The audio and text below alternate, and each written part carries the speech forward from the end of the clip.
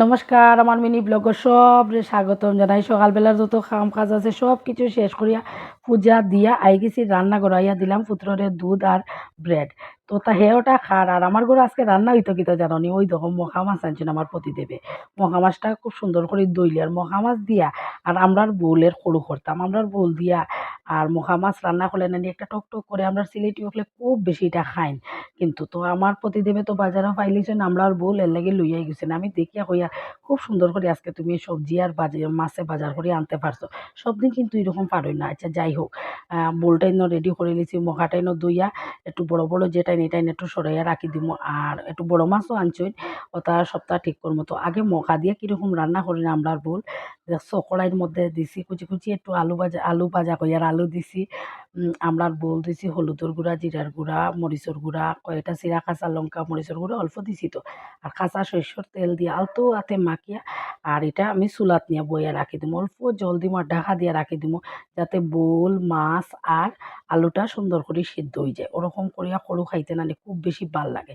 তো এইটা এদিকে রান্না করিয়া আর এদিকে এখন বড় মাছ যেটাই নাইছেন ওটাই এখন ধোয়া ধুই করিয়া দিয়ে সুন্দর মাছের তেলের লগে একটু ডিমও লাগাইলা আছে। এটাই অবশ্য আজকে করতাম না, কারণ অত তো খাওয়া যায়নি। একটা মাছের ঝোল করমু, পনিরেরও একটা তরকারি করতাম, তারপরে আমড়ার বোল দিয়ে যে সরু করলাম আর এক ফেটে খাইতো কত বুঝছো। এর লেগিয়া মাছটাইন তুলিয়া রাখি দিছি, কেন আমাদের চিরা কাঁচা লঙ্কা আরও একটা দুইটা দিছি, জাল একটু বেশি খাইতো, ভাবলাম যে কম হইব এর লেগিয়া। আর এটাই এই বাটির মধ্যে লইছি, এটাই ফ্রিজও রাখি দিব, কালকে রান্না করবো ছোটো মখা আর মখার মাথা দিয়ে। আর এখন এটার মধ্যে হলুদের গুঁড়া আর লবণ আর একটু স্লাইট মরিচের গুঁড়া দিছি।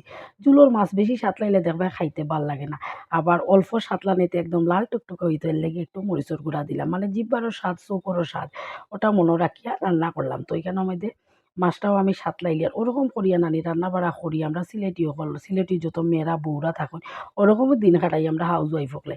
আজকের একটা দিনটা 2 মিনিট কয়েক সেকেন্ডের ভিতরে তোমার তার লগে শেয়ার করলাম। আমার ভিডিওটা যদি ভাল লাগে লাইক কমেন্ট শেয়ার করিও। ও দেখো বোলর সরু রান্না হয়ে গেছে, নামাইয়া রাখছি।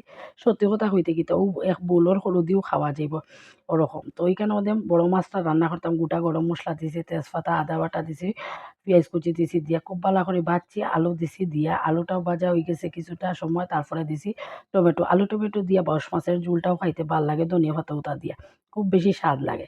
আর এদিকে বাচ্চারা তো পনির ছাড়া খাইতো না, আমার রনকের তো পনির লাগবে লাগে, রনকের লাগে একটা পনিরেরও তরকারি করিয়া আর ধনিয়া পাতা দিয়ে একদম গায়ে গায়ে করিয়া মাছের ঝোলটা রান্না করছি। এদিকে ঠাকুরের ফল আনি রাখলাম, এটাই খাওয়া দাওয়া হইতো। তখন প্রতিদেবরে খাওয়ার দিছি, বউলের সরু দিয়া খাইয়া কইরা দারুণ হইছে।